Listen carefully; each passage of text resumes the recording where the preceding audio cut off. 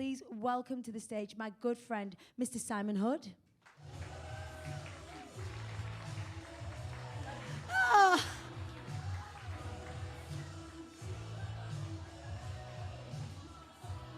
Oh my goodness me. I've created a monster.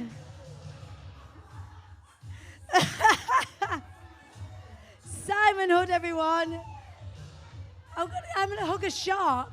Do you need some help? You need some help. Lindsay, assist, assist. We don't know what's happening. This is very much the chaos in me, so the chaos in him. Simon Hood, everyone. Are you all right there? He's taking his blower out of his pocket. This is the classiest strip we've seen so far. That's it. Anything can happen. Simon Hood. Thank you. Thank you. Oh. Okay. Okay. Right. Who wants to break some rules today? Excellent. That's what we're going to do, right? So, I'm out of breath doing that. So what we're going to do is we're going to go through my rule book and rip them up and break them, okay? Because as children, we are taught to follow rules. They're drilled into us, rules that hold us back as adults. So we're going to go through these rules, we're going to rip them up, we're going to ask for more, and we're going to get results, right? I'm going to set you some homework as well, okay? So I expect you to do that at the end. But I've got a rule book here. What do you think of rules? Rubbish, right? Yeah. So we're going to rip them up. Let's rip them up. Woo! Right. I could have just done that, look, rather than rip them up. So I'm ignoring the rules, right? So Danny said, don't talk about your origin story. I'm ignoring that. So this is little me. This is me, not me on a donkey, by the way. But I grew up in a place called Margate in the UK. It's a lovely place, yeah, a lovely place. But I did grow up as a family, four brothers. I was the youngest, so always got bullied and had to fight my own corner. Basically begged for more. Unfortunately, my father died when I was 5, so my mum brought us up all alone, which was a challenge because it meant we didn't have much growing up. Okay, so this isn't a sob story. This isn't an America Got Talent sob story. But I did have to go and pick potatoes, okay, in the fields to help get extra money, to pay for school shoes, to pay for the luxuries in life, basically. So growing up, I always wanted more. I always wanted to provide for my family so we didn't have to struggle. So I got a job in Hollywood, working in a cinema. Okay, so now I've come the complete circle. I'm actually on the stage in Hollywood, rather than just working in a cinema, which was not the most luxury job in the world. But what it did mean is I learned how to dodge flying nachos, how to sweep the floor, all them important jobs in life. But 20 odd years later, I had an audience with the king. Okay, so the message is simple here. It doesn't matter where you come from in life. If you didn't have anything, it's how hard you push in life and how ask you big, how ask a question you big you ask the question. And there's me, yeah, as Danny said, I won Great British Entrepreneur last year, which is good. And I'll tell you just a little bit about that later, how I won that. It wasn't dressed as a shark. So the first rule we're going to break, and I've done that already, is don't ask for attention. As children, we're drilled into us, don't ask for attention. But what I did coming through that door as a shark was grab your attention, right? And you've seen it with Danny today, changing in different costumes. We're grabbing that attention. I learned this lesson in my first job. There's me, as a real shark. I worked for an aquarium where I dressed up as a shark in the summer, and it was hot. It was hotter than that. But it taught me an important lesson, right? It taught me that to get attention, it's okay to ask for attention, right? And getting attention helps you sell. I was selling tickets for the aquarium. They shoved me outside the front door to get attention, and it worked. And you know what? All these little jobs that we have, what we hate, there's so many important lessons we can learn from them. And it did teach me a lesson. It taught me how to sell, which is great. So we're gonna break that rule first. Who's breaking that rule? We're gonna ask for attention. We're not gonna be scared of attention, right? Right. So when is the last time you guys asked for something bold? Think about it. Something that felt out of reach. Okay. Whether that was the Hollywood stage, whether it's publishing a book. So the next rule we're gonna break: don't ask for too much. Okay. How many times have you been told, "Oh, be grateful for what you got"? You know. Why? Why be grateful for what you got? Ask for more. Go for more. So one of my jobs that I did when I was younger, I worked for a soccer club in the UK. Think of Wrexham before the celebrities got involved, okay? It was very non-league football. And I worked in the marketing department. It was just me. We had no budget or anything, so I focused a lot on PR and what we could get from that. So it was transfer season at the time. Bear in mind, our players got paid about $10 a week, and they all had full-time jobs as well. I sent a contract offer for Ronaldinho, the Brazilian World Cup winner, and I offered him £20, so $20, and a one-night stay every week after the game in a motel and a hot meal. Did I think he would sign it? Did I think he'd come and play for Basingstoke Football Club? Not on your Nelly. But it was worth the ask, right? So I asked him the question. He never replied. But I leaked the story to the press. So what that meant is that, first of all, it went on the back of the local paper, and they mocked up this great picture of him in a kit. Then it went to the national papers. Then it went to the BBC, and I was interviewed live on BBC News about it. Then it went to ESPN as well. And because it was transfer season, other teams started increasing their bids for him. So, and they were mentioning it. So the league in India were setting up their league at the time, and they put a bid in for him, and they increased their bid, and they said in the press release, because Basingstoke Town had bidded for him. Which is mad. We offered him 20 quid. So it was great PR. The manager wasn't happy because I never told him, and he was suddenly getting all these phone calls. So what's one thing you've talked yourself out of this year as well? So think about that. I mean, I could have not done that, but I just went for it. Rule number 3, don't ask for the impossible. I will mention I did ask Dwayne Johnson to come along to watch me talk today. He never answered. I asked Jason Statham to come and watch, and I actually got a message back. And he said, good luck. So, but it was worth the ask, right? So I asked the impossible. And do you know what about this word? Remove these words, these 2 letters, right? Possible. If things are impossible, the word possible wouldn't be in it, right? That's what I think. So, one of the rules I broke was don't do the impossible. So I was sat in a pub in Germany at the time, in an Irish pub, because all British people go to Irish pubs around the world because we're scared of learning the culture and speaking the language. And at the time, there was a pub quiz going on, and the guy next to me was playing poker. I'm not very good at quizzes, and I don't know how to play poker. But I suddenly had the idea of, why don't we combine the 2 in an app?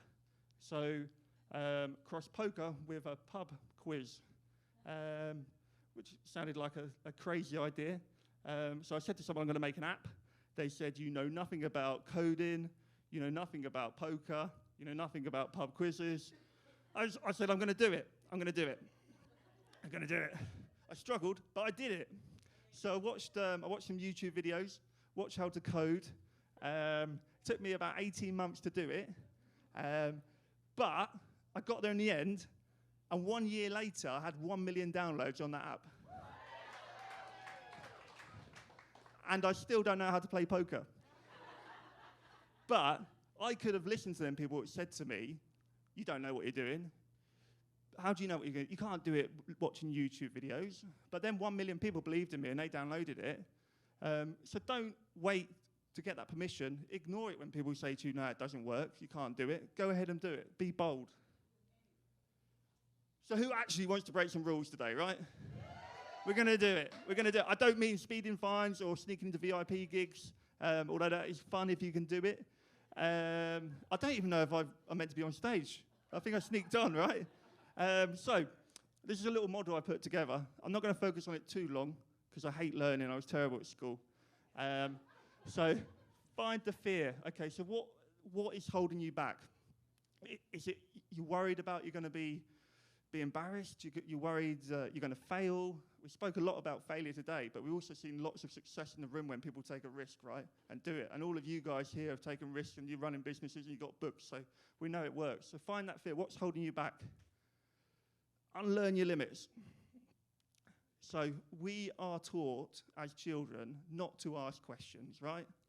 How many of you got children and here, are we there yet?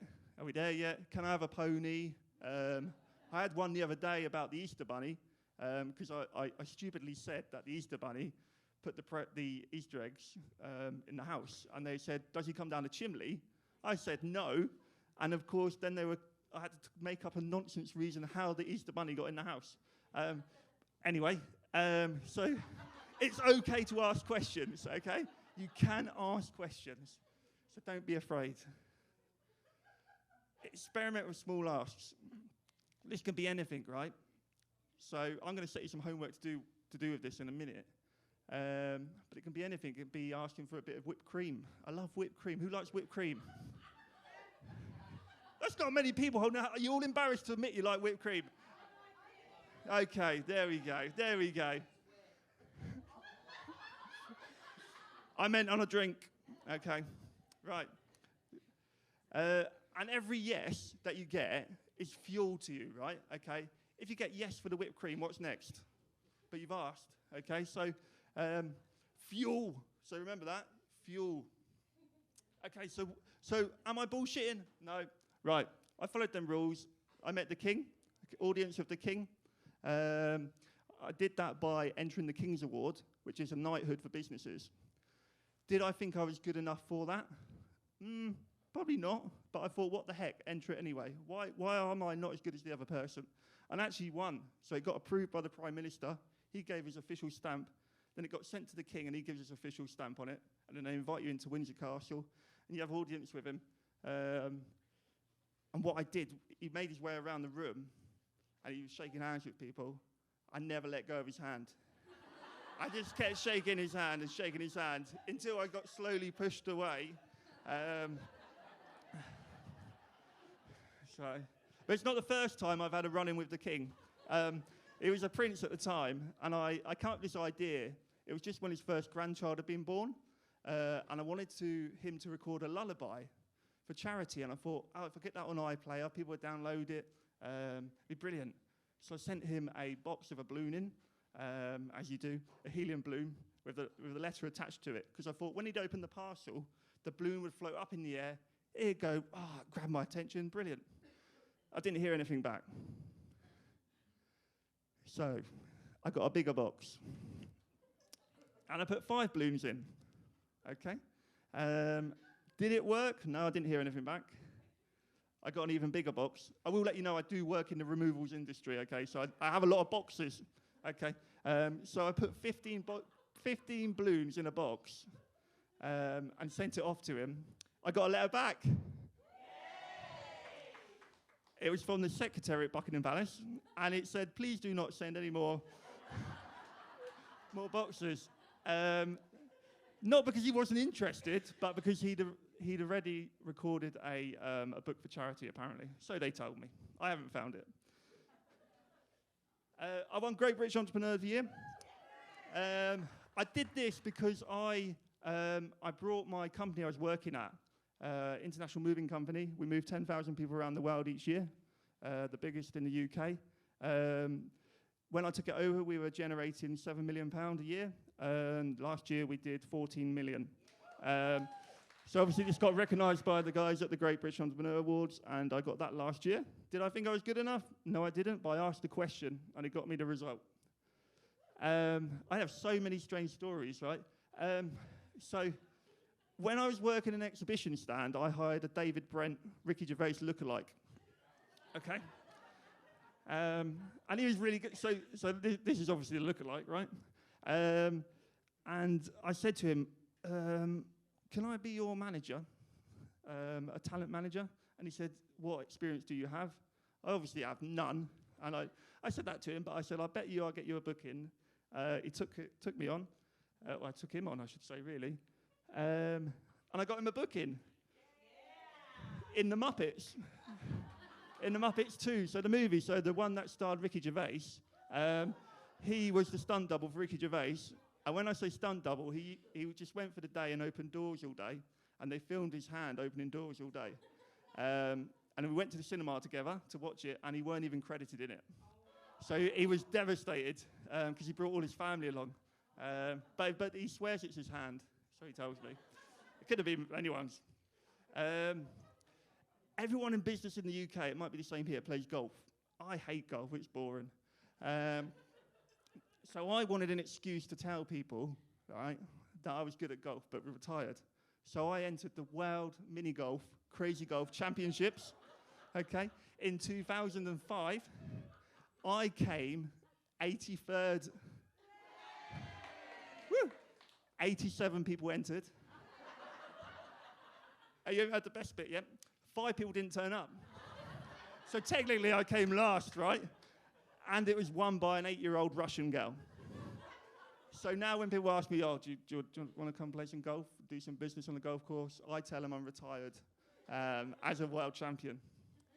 I actually represented the Killers when they first entered the UK, doing their marketing for them, which was really fun. And they invited me up on stage in the V Festival, which is a music festival in the UK. And I learned a lot there. Did I think I could represent the Killers? Not on your chance, but I asked, and they said yes. I wrote a cookbook. I can't cook. I literally do everything in the microwave. Chicken nuggets, chips, everything, right? So I did this cookbook for charity where I contacted celebrity chefs, where I rang them up and asked them if they wanted to put their recipe in my cookbook for charity. And they said yes. And then I sold the remaining pages to businesses for money. And I even put my nan's recipe in. So that's my nan. So my nan's in a cookbook with Gordon Ramsay. YouTube. So I did my internship at HP. And I created the first YouTube video for HP with a camcorder. And it was one of the first time YouTube had come out. I would create their Facebook page, their Twitter, and everything like that.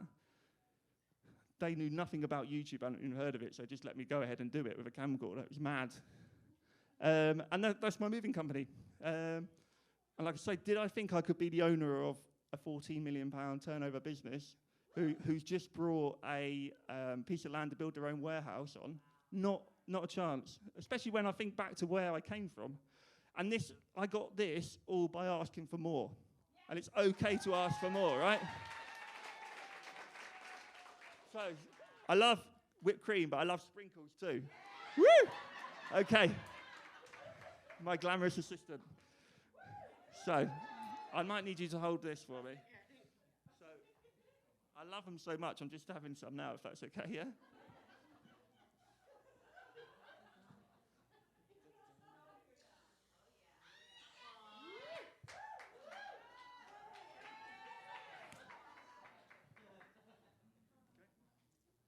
Try not to get on the floor, right? I've got 2 out. Thank you. I love whipped cream. So this is your homework, right? What I want you to do, when you go to Starbucks next time, okay, and order your coffee or your latte or whatever you call it these days. I don't drink hot drinks. So I literally sit down and watch the TV and have a glass of whipped cream. So what I want you to do is when you go to Starbucks tonight or tomorrow is ask for a whipped cream, okay? Just ask for whipped cream.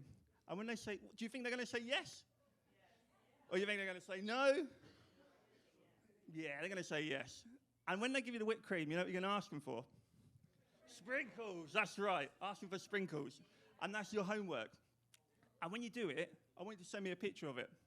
Your coffee with your whipped cream, because I'm a whipped cream enthusiast. Okay, and it's not just me. There's so many examples that you could use. But this guy, Fred Smith, thankfully. I kept calling him Fred West, which I've, I thought I might as well mention it. But he basically is amazing because he got told when he was at college, he wrote a paper about this idea for international shipping next day delivery globally, and he got told, no, ridiculous idea, and he got a C in it. So he could have easily said, oh yeah, rubbish idea, I won't go ahead and do it. But he didn't give up. He ignored the people in the room who said, no, it won't work. He ignored his lecturer, and he went ahead and did it. And look at the results he's had. Good old Fred. So what we're going to do is we're going to start small, okay? You're going to go to the coffee shop for me, yeah? Get some whipped cream and sprinkles. But what I really don't want, what I'm really trying to get at is that's your first bit. The next time you're going to go for something bigger, right? You're not going to go for the whipped cream. That's your starting point. What's that thing you've been wanting to go for? What are you holding back and scared of asking for that you should do? You should go for it. Go for it. So we're going to ask bigger. Yeah? Come on. We're in America. Come on. We're going to ask bigger. We're going to ask bolder. I'm going to ask now.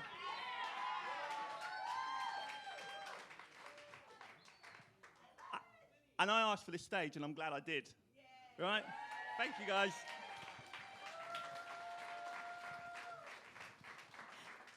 Will you make some noise for the phenomenal Simon Hood?